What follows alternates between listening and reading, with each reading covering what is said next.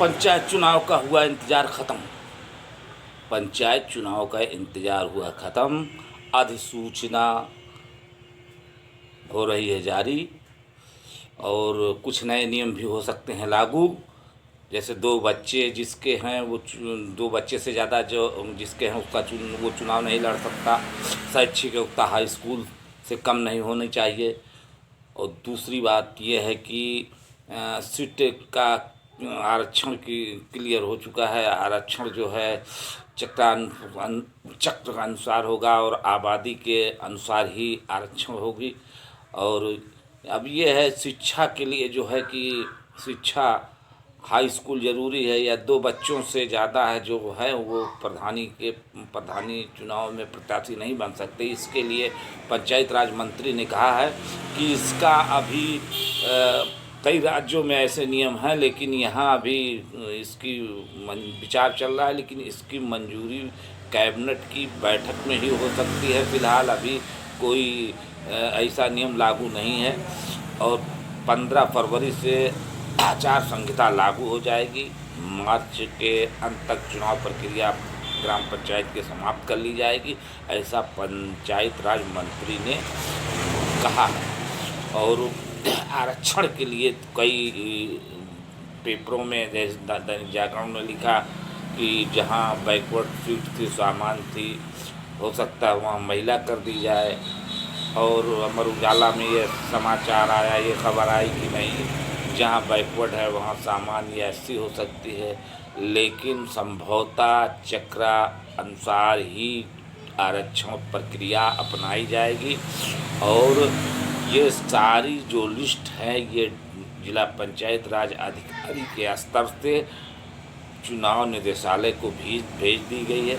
वहीं से आरक्षण क्लियर होगा, जिससे कि यहाँ कोई दबाव या कोई राजनीतिक तौर पर लोग हमेशा यही करते थे कि अपनी सीट जहाँ चुनाव उनको लड़ना है, चाहे जिला पंचायत हो या क्षेत्र पंचायत हो, ग्राम प्रधान हो, तो अपना इधर उधर से जुगाड़ सट करके और जो चाहते तो उसी प्रकार से ये स्थिति केवल एकदम समाप्त हो चुकी है।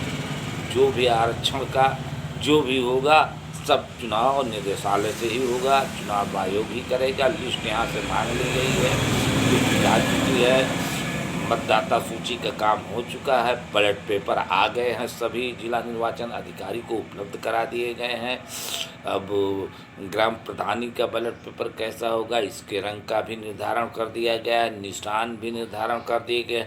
45 से ज़्यादा प्रत्याशी एक गांव में ग्राम प्रधान के नहीं खड़े हो सकते हैं, इसकी भी सरकार ने क्लियर कर दिया है। निशान इसलिए 45 ही निशान बैलेट पेपर में रह सकते हैं, ये क्लियर हो गया है कि 45 से ज़्यादा चुनाव में ग्राम प्रधानी के प्रत्याशी नहीं खड़े हो सकते, क्लियर हो चुका है। आरक्षण के लिए संभवतः चक्रानुसार और आबादी के जिस गांव में जिस वर्ग की आबादी हो ज़्यादा से ज़्यादा होगी उसका भी ध्यान दिया जाएगा और वही क्रम से उसके आरक्षण की प्रक्रिया अपनाई जाएगी। और ये जहाँ जैसे शुरू में मान लीजिए 27 जो है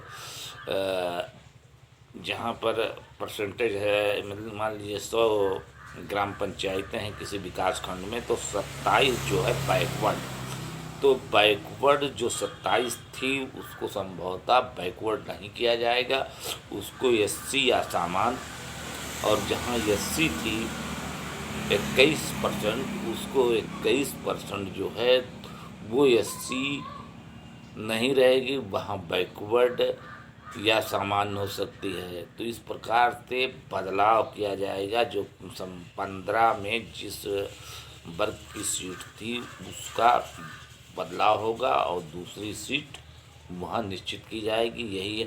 लेकिन अब पेपर में है, दैनिक जागरण की अलग रिपोर्ट है, अमर उजाला ने अलग लिखा है। अभी किसी को सही जानकारी आरक्षण के बारे में नहीं है, लेकिन मेन जो आरक्षण की स्थिति है, मेन जो आरक्षण की रूपरेखा बनाएगी यही चक्रानुसार। ये जब संविधान संशोधन, पंचायत राज संविधान संशोधन लाया गया और 2000 में ये 95 में जो ये प्रक्रिया 2000 में अपनाई गई आरक्षण की नहीं, इससे पहले ग्राम प्रधान में कोई आरक्षण नहीं था, क्षेत्र पंचायत में कोई आरक्षण नहीं था और जिला पंचायत में कोई आरक्षण नहीं था, न महिला आरक्षण था। लेकिन जब से ये आरक्षण प्रक्रिया अपनाई गई तो आरक्षण प्रक्रिया जब संशोधन पंचायत राज नियम का जो संशोधन किया गया उसमें यही रूपरेखा बनाई गई थी कि आरक्षण जो है चक्रानुसार होगा।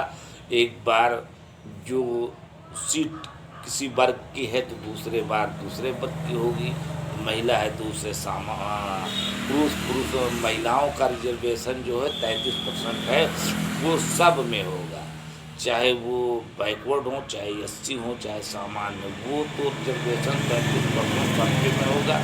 और फिर जैसे 27% है बैकवर्ड का आरक्षण तो 27% में 33% के हिसाब से महिला, 21% है जो एससी का उसमें 33% के हिसाब से महिला, सामान्य जो बचती है 50% अनारक्षित है, जो अनारक्षित है कोई भी तो उसमें भी 33%, यानी 50 में 33 का मतलब हो जाता है